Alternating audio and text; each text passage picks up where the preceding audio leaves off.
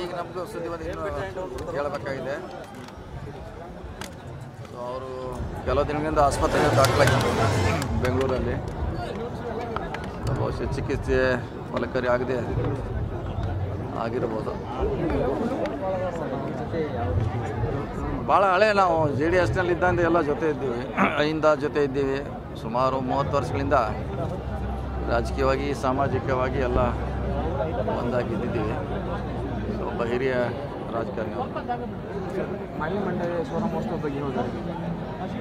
Awareness ಮೂಡಿಸ್ಲಿಕ್ಕೆ ಏನೇನು ಕಾರ್ಯಕ್ರಮ ಆಗ್ತಾ ಇದ್ದೀವಿ, ಅಧ್ಯಕ್ಷರೇ ಖುದ್ದಾಗಿ ಬಂದಿದ್ದಾರೆ. ಅದ್ರ ಬಗ್ಗೆ ಅವರೇ ವಿವರವಾಗಿ ಹೇಳ್ತಾರೆ. ಅಂದರೆ ಏನು ಕಾರ್ಯಕ್ರಮ ಇದೆ, ಮುಂದೆ ನಮ್ಮ ಚಾಲೆಂಜ್ ಏನಿದೆ, ಏನು ಮಾಡಬೇಕಂತ. ಸೊ ಅಧ್ಯಕ್ಷರು ಬ್ರೀಫ್ ಮಾಡ್ತಾರೆ. ಅದಿಂಥ ಭಾಳಷ್ಟು ಆಗಬೇಕು. ಯಾಕೆಂದರೆ ನಮಗೆ ಕಸ ವಿಲೇವಾರಿ ದೊಡ್ಡ ಚಾಲೆಂಜ್ ಇದೆ ನಮಗೆ. ಸೊ ಅದು ಒಂದು ಹಂತಕ್ಕೆ ಮುಗಿಸುವಂಥ ಪ್ರಯತ್ನ ಮಾಡಬೇಕಿದೆ. ಇನ್ನೂ ಭಾಳಷ್ಟು ಕೆಲಸ ಮಾಡಬೇಕಾಗಿದೆ ನಾವು. ಸೊ ಅದು ಮಾಲಿನ್ಯ ನಿಯಂತ್ರಣ ಮಂಡಳಿ ಖಂಡಿತ ಅದ್ರ ಬಗ್ಗೆ ಗಮನ ಹರಿಸ್ತಾರಂತ ನಾವು ಆಶೆಯನ್ನು ಇಟ್ಕೊಂಡಿದ್ದೀವಿ.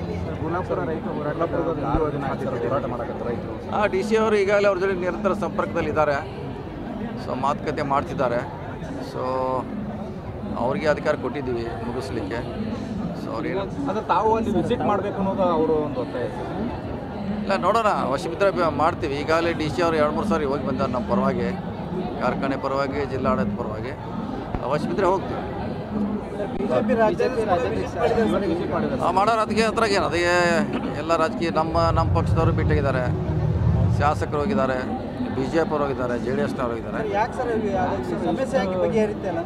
ಸಮಸ್ಯೆ ಗೊಂದಲ ಇದೆ, ಅದು ಸ್ವಲ್ಪ ಗೊಂದಲ ಇದೆ. ಗೊಂದಲ ನಿವಾರಣೆ ಮಾಡಲಿಕ್ಕೆ DC ಅವರು ಪ್ರಯತ್ನ ಮಾಡ್ತಿದ್ದಾರೆ.